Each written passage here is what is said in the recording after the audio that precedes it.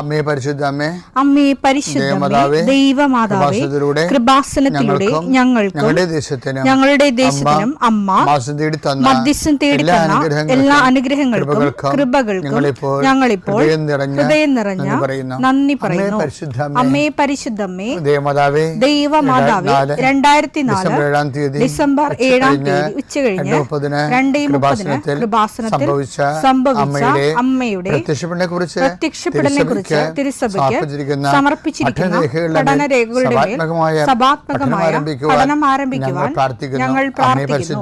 അമ്മേ പരിശുദ്ധമേ, ഭൂസ്വർലോകങ്ങളുടെ രാജ്ഞിയായ അങ്ങേയ്ക്ക് ഭൗമസംരക്ഷണത്തിനായി പ്രപഞ്ചപ്രകൃതിയെ തന്നെ തിരുസഭ പ്രതിഷ്ഠിക്കുവാൻ ഈ പ്രത്യക്ഷീകരണം വഴി ഇടയാക്കണമേ. പരിശുദ്ധമേ, ജപമാല മാതാവേ, സകല കൃപാസനം പ്രാർത്ഥനയോടും ചേർത്ത് ഞങ്ങളിപ്പോൾ പ്രാർത്ഥിക്കുന്ന ഈ കുടുംബത്തിന്റെ പ്രത്യേക നിയോഗം പറ മക്കളെ.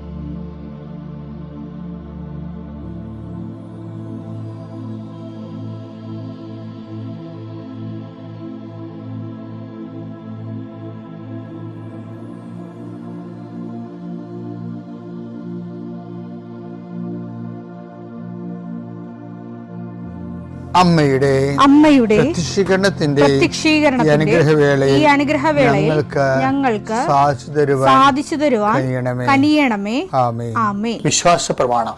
സർവശക്തനായ പിതാവും ആകാശത്തിന്റെയും ഭൂമിയുടെയും സൃഷ്ടാവുമായ ദൈവത്തിൽ ഞാൻ വിശ്വസിക്കുന്നു.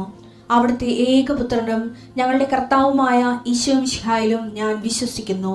ഈ പുത്രൻ പരിശുദ്ധാത്മാവിനാൽ ഗർഭസ്ഥനായി കന്യകാമറിയത്തിൽ നിന്ന് പിറന്ന് പൊന്തിയോസ് പീലാത്തോസിന്റെ കാലത്ത് പീഡകൾ സഹിച്ച് കുരിശിൽ തറയ്ക്കപ്പെട്ട് മരിച്ച് അടക്കപ്പെട്ട് പാതാളങ്ങളിൽ ഇറങ്ങി മരിച്ചവരുടെ ഇടയിൽ നിന്ന് 3-ാം നാൾ ഉയർത്ത് സ്വർഗത്തിലേക്ക് എഴുന്നള്ളി സർവശക്തിയുള്ള പിതാവായ ദൈവത്തിന്റെ വലതുഭാഗത്തിരിക്കുന്നു.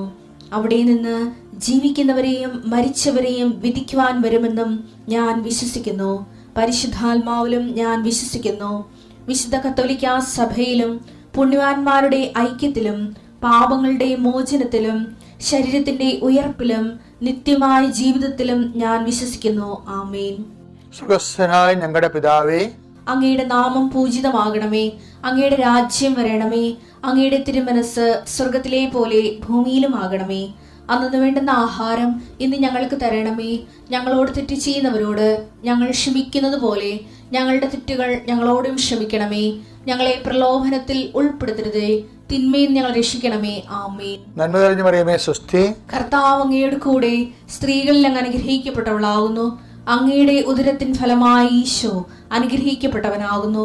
പരിശുദ്ധ മറിയമേ, തമ്പുരാന്റെ അമ്മേ, പാപികളായ ഞങ്ങൾക്ക് വേണ്ടി ഇപ്പോഴും ഞങ്ങളുടെ മരണസമയത്തും തമ്പുരാനോട് അപേക്ഷിക്കണമേ. ആമേൻ. കർത്താവേ, നിന്റെ ഉന്നതമായ നാമത്തിന് സ്തോത്രം ചെയ്യുന്നു. കർത്താവേ, നിന്റെ വിശുദ്ധ പൗരോഹിത്യത്തെ മഹത്വപ്പെടുത്തണമേ. കർത്താവെ, സഭയിലുള്ള സാന്നിധ്യം പ്രകടമാക്കണമേ. 40 വർഷം ഞാൻ അർപ്പിച്ച കൃപാനയുടെ യോഗ്യതയാൽ കൃപാസ്ഥാനത്താറെ ജീവനോടെ പ്രത്യക്ഷപ്പെട്ട പരിശുദ്ധ അമ്മയുടെ മാധ്യസ്ഥത്തിലെ ഞാൻ മക്കളെ ആശീർവദിക്കുന്നു. ഈശോയെ, എവിടെയെങ്കിലും യാത്ര ചെയ്യുന്ന മുമ്പ് ഇതൊന്ന് കൂടിയിട്ട് പോണവരുണ്ട്. ഈശോയെ, അവർ മക്കളുടെ ഇന്നത്തെ മുഴുവൻ യാത്രകൾ ഞാൻ അങ്ങേക്ക് ഏൽപ്പിക്കുന്നു. കടകമ്പോൾ നടത്തുന്നവരെ ഓർത്ത് ഞാൻ വേദനിച്ച് പ്രാർത്ഥിക്കുന്നു. കർത്താവെ, കട പൊട്ടിപ്പോകാൻ പോണവരുണ്ട്, കടം കയറി മുടിഞ്ഞവരുണ്ട്, ജപ്തി നടപടി നേരിടുന്നവരുണ്ട്, മക്കളെ ഓർത്ത് വേദനിക്കുന്നവരുണ്ട്, മക്കൾ തെറ്റായ ബന്ധങ്ങൾ അകപ്പെട്ടു പോയവരുണ്ട്, മക്കൾ പല കാര്യം വിളിച്ചു പറഞ്ഞിട്ട് മാതാപിതാക്കന്മാർക്ക് സഹായിക്കാൻ പറ്റാത്ത രീതിയിലായിട്ടുള്ളവരുണ്ട്. എന്ത് ചെയ്യുന്നറിയാൻ പാടില്ല, നട്ടം ചെയ്യുന്നവരുണ്ട്, കേസകപ്പെട്ടവരുണ്ട്, പിരിഞ്ഞ് താമസിക്കുന്നവരുണ്ട്, ഐക്യപ്പെട്ട് ജീവിക്കാൻ ആഗ്രഹിക്കുന്നവരുണ്ട്. കർത്താവ്, അവരെല്ലാം എൻ്റെ കർത്താവിൻ്റെ ഉന്നതമായ നാമത്തിൽ, സഭയുടെ അധികാരത്തിൽ, കുരിശിൻ്റെ അടയാളത്തിൽ, ദൈവശക്തിയായി ഞാൻ ആശീർവദിക്കുന്നു. കർത്താവെ, മക്കളില്ലാത്തവരുടെ സങ്കടം നീ കാണണേ കർത്താവെ. കർത്താവെ, പിരിഞ്ഞു താമസിക്കുന്നവരുടെ, ഒറ്റപ്പെട്ട് ജീവിക്കുന്നവരുടെയും കർത്താവെ, പലരെയും വിളിച്ചുകൊണ്ട് പോകേണ്ടി വരും കർത്താവെ. അവരെ വിളിച്ചുകൊണ്ട് പോകാൻ ഇടയാക്കണേ ഈശോയെ. അവർ ജീവിത പങ്കാളി, അവരെ നിരാകരിച്ച ജീവിത പങ്കാളികൾക്ക് മനസ്സാന്തരം ഉണ്ടായി അവരെ ഒന്ന് വിളിച്ചുകൊണ്ട് പോകാനോ ഫോൺ വിളിക്കാനോ കർത്താവെ ഇടയാക്കണമെന്ന് പ്രാർത്ഥിക്കുന്നു. ഈശോ, ഒന്നും അസാധ്യമില്ലാത്തവനെ, അങ്ങനെ ഒരു നിമിഷത്തെ അഭിഷേകം കിട്ടിയാൽ അങ്ങയുടെ മക്കളെല്ലാം ഐക്യപ്പെട്ട് സ്നേഹപ്പെട്ടുള്ള ഈശോയെ, ഏതെല്ലാം മേഖലകളിലാണ് നിങ്ങൾ വിഷമിക്കുന്നത്, ഏതെല്ലാം വ്യക്തികളെ ഓർത്താണ് നിങ്ങൾ സങ്കടപ്പെടുന്നത്, ഏതെല്ലാം വിഷയം ഓർത്താണ് നിങ്ങൾ സംഭ്രമിക്കപ്പെടുന്നത്, ഭയപ്പെടേണ്ട, ഞാൻ നിൻ്റെ കൂടെ ഉണ്ടാകുന്ന അളിച്ചത് കർത്താവ് ഈ കുരിശിൻ്റെ ശക്തിയാൽ, എൻ്റെ പൗരോഹിത്യത്തിൽ 40 വർഷത്തെ കർത്താവിൻ്റെ ശുശ്രൂഷയുടെ യോഗ്യതയാൽ, സർവോപരി കൃപാസ്ഥാനത്താറ് ജീവനുടെ പ്രത്യക്ഷയുടെ മാതാവിൻ്റെ മധ്യസ്ഥ നടന്ന ലക്ഷക്കണക്കിന് പ്രാർത്ഥനകളുടെ ശക്തിയാൽ, പിതാവിൻ്റെ പുത്രൻ്റെ പരിശുദ്ധനാമത്തിൽ നിങ്ങളുടെ ഇന്നത്തെ ദിവസത്തെ ഈശോ തലങ്ങും വിലങ്ങും ആശീർവദിക്കട്ടെ. എൻ്റെ പ്രിയപ്പെട്ടവരെ, ദൈവമായിട്ട് പോകുമ്പോൾ, ജീവിക്കുമ്പോൾ വളരെ വെടിപ്പും മെനയുമായിട്ട് പോയാൽ നമുക്ക് കൊള്ളാം. എന്താണ് കാര്യം അറിയാം? ഈ കണക്കപ്പിള്ള ക്രിസ്ത്യാനി എന്ന് പറഞ്ഞൊരു വർഗമുണ്ട്, കണക്കപ്പിള്ള ക്രിസ്ത്യാനി. അപ്പോൾ നിങ്ങളവർക്ക് ഈ കടയിലൊക്കെ കണക്കെടുന്ന പാർട്ടി അങ്ങനെയല്ല. ദൈവത്തോട് എല്ലാം അളന്നും തൂക്കി ചെയ്യുന്ന ആൾക്കാരാണ് കണക്കപ്പിള്ള ക്രിസ്ത്യാനി. അപ്പം കണക്കപ്പിള്ള ക്രിസ്ത്യാനിക്കുള്ള പ്രശ്നം വെച്ചാൽ, ഇപ്പോൾ ഉദാഹരണത്തിന് ഇപ്പം നോയമ്പ് കാലമല്ലേ, കണക്കപ്പിള്ള ക്രിസ്ത്യാനിയാണോ നിങ്ങളൊന്ന് നോക്കിയാൽ മതി. ഇപ്പം നോയമ്പ് കാലമല്ലേ, നോയമ്പ് കാലം കഴിഞ്ഞു, ഇപ്പം ഉയർപ്പ് കാലമാണ്.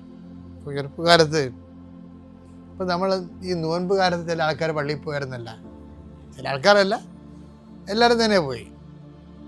അപ്പം ചിലർ പള്ളിക്കുരിശിൻ്റെ വഴി കൂടും അല്ലേ, പള്ളിക്കുരിശിൻ്റെ വഴി കൂടി വെച്ചും വീട്ടിൽ തളർന്ന് വരും. അപ്പോൾ അവർ പറയും, ഇന്ന് കുടുംബ പ്രാർത്ഥന വേണ്ട, പള്ളിയിലെ കുരിശിൻ്റെ വഴി ഉണ്ടായിരുന്നല്ല, അത് മതി. കുടുംബ പ്രാർത്ഥന ചെല്ലാത്ത വില്ലന്മാരപ്പം ഉണ്ട്, 2 അപ്പനും മകനോടിരിപ്പുണ്ടേ. തീരുമാനമെടുക്കണ ആരാണ്? അമ്മ. ഇന്ന് കുരിശിൻ്റെ വഴി വേണ്ട, ഇന്ന് കുടുംബ പ്രാർത്ഥന വേണ്ട, പള്ളി കുരിശിൻ്റെ വഴി ഉണ്ടായിരുന്നില്ല. അപ്പം ആരോടാണ് ഇത് പറയണത്? കർത്താവിൻ്റെ അടുത്ത് കണക്ക് പറയുന്നത്. ഞാൻ കണക്കപ്പിള്ള ക്രിസ്ത്യാനി. ഈ കണക്കപ്പിള്ള ക്രിസ്ത്യാനിക്ക് ഒരു കുഴപ്പമെന്നില്ലേ, കണക്കപ്പിള്ള ക്രിസ്ത്യാനി ഒരിക്കലും ഇവൾക്ക് ഇവന് കർത്താവിനോടൊക്കെയൊന്ന് ഗതി കിട്ടത്തില്ല. കാരണം നീ എന്തെങ്കിലും കാര്യം നിന്റെ മകള്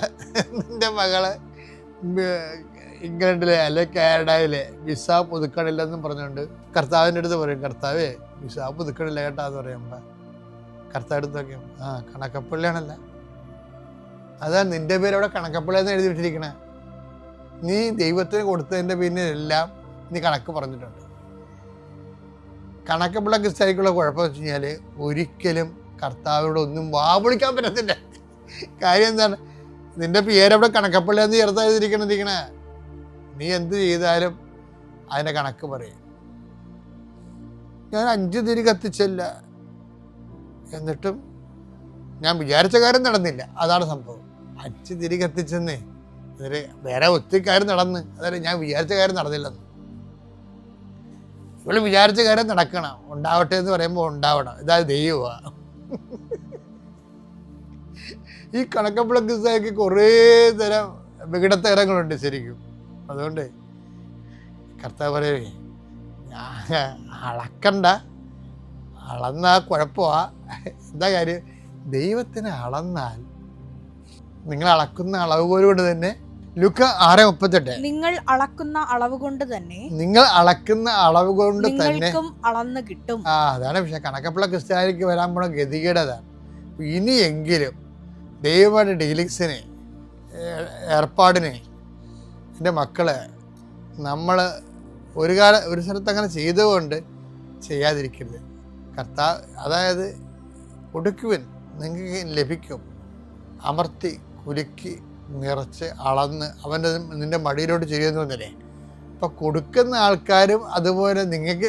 എന്നിട്ട് ഇവിടെ കാരിസ്മാറ്റിക്കില്ല ബ്രദർമാരെന്നാണെന്ന് അറിയാമോ, കൊടുക്കുവിനെന്ന് പറഞ്ഞിട്ട് ഉടനെ പറയും നിങ്ങൾക്ക് ലഭിക്കും എന്നുള്ളതിന് പ്രാധാന്യം കൊടുക്കും. ലഭിക്കുന്നതിന് പ്രാധാന്യം കൊടുത്ത് പറയും അമർത്തി കുലുക്കി നിറച്ച് അളന്ന്. പക്ഷേ എന്താ പ്രശ്നം? കൊടുക്കുമെന്ന് പറയുമ്പോൾ നിങ്ങൾക്ക് ലഭിക്കും. അപ്പം നിങ്ങൾക്ക് ലഭിക്കുന്ന പോലെ തന്നെ കൊടുക്കാനാണ് ഈ പറയണത്. എന്താണ്? അമർത്തി കുലുക്കി നിറച്ച് അളന്ന് കൊടുക്കുവേൻ, എന്നാൽ അതുപോലെ നിങ്ങൾക്ക് ലഭിക്കുമെന്നാണ് ഈ പറയണത്. ഇപ്പം മനസ്സിലായില്ലേ? അല്ല 10 കൊടുത്ത 17 കിട്ടുമെന്നല്ല, ഇതെന്ത് ചോടതിയാണ്. നിങ്ങൾ അളക്കുന്ന അളവ് കൊണ്ട് നിങ്ങൾക്ക് അളന്ന് കിട്ടുമെന്ന് പറഞ്ഞതിൻ്റെ അർത്ഥം എന്താ? അതിൻ്റെ മുകളിൽ പറയുന്ന വാക്കാണിത്. എന്ത് 6:38 കൊടുക്കുവിൻ നിങ്ങൾക്കും കിട്ടും. മക്കളെ, അതിൻ്റെ ആ സെന്റൻസിന്റെ സീക്വൻസ് നോക്കിയേ. കൊടുക്കുവിൻ നിങ്ങൾക്ക് ലഭിക്കും. അമർത്തി കുലുക്കി അമർത്തി കുലുക്കി നിറച്ചളന്ന് അവർ നിങ്ങളുടെ മടിയിലിട്ട് തരും. അവൻ നിന്റെ മടിയിലിട്ട് തരും. നിങ്ങൾ അളക്കുന്ന അളവ് കൊണ്ട് തന്നെ നിങ്ങൾ അളക്കുന്ന അളവ് കൊണ്ട് തന്നെ നിങ്ങൾക്കും അളന്ന് കിട്ടും. അപ്പൊ അവിടെ എന്താ പ്രശ്നം? അതാണ് ആ ഒരു നോമാണത്. നിങ്ങൾ അളക്കുന്ന അളവുകോല് കൊണ്ട് തന്നെ നിങ്ങൾക്ക് വളർന്നു കിട്ടും. ഓർക്കല്ലേ? അപ്പോഴും മുകളിലത്തെ വചനം എന്താണ്? കൊടുക്കുവിൻ എന്ന് വെച്ചാൽ നിങ്ങൾക്ക് ലഭിക്കും. ലഭിക്കണത് എന്താണ്? അമർത്തി കുലുക്കി നിറച്ച് അളന്ന് നിന്റെ മടിലോട്ട് ചൊരിഞ്ഞു തരാൻ പറ്റുന്ന രീതിയിൽ നീയും കൊടുക്കുമ്പോൾ അമർത്തി കുലുക്കി നിറച്ച് അളന്ന് നിങ്ങൾ കൊടുക്കുവിൻ. അതാണ് നിങ്ങൾ അളക്കുന്ന അളവ് കൊണ്ട് നിങ്ങൾക്ക് അളന്ന് കിട്ടും. മനസ്സിലായില്ലേ? അതാ ട്വിസ്റ്റ് ചെയ്ത് കിടക്കുന്ന സംഭവം. അതുകൊണ്ട് പല ആൾക്കാരും അത് വീടിട്ടുണ്ട്. എന്താണ്? നമ്മൾ അല്പം കൊടുത്താൽ മതി, കർത്താവ് ഇങ്ങനെ കോരിച്ചൊരിഞ്ഞ് തരും. അതിലെ ഇത്തരം നാൾ പറഞ്ഞുകൊണ്ടിരുന്നത്. ഇപ്പം പരിശുദ്ധാത്മാവ് സത്യം പറയുക നിങ്ങളോട്. എന്താണ് പറയണത്? കൊടുക്കുമെന്നെങ്കിൽ ലഭിക്കുന്ന മുകളിലാണ് ഈ വചനം കിടക്കണത്. നിങ്ങൾ എങ്ങനെ കൊടുക്കുന്നുവോ അതുപോലെ നിങ്ങൾക്ക് ലഭിക്കും. അത് കണക്കപ്പുറ ക്രിസ്ത്യാനി ഇനിയെങ്കിലും ദൈവത്തെ ദൈവമായി സ്നേഹിക്കാൻ നോക്കുക. പിതാവിൻ്റെയും പുത്രൻ്റെയും പരിശുദ്ധാത്മാ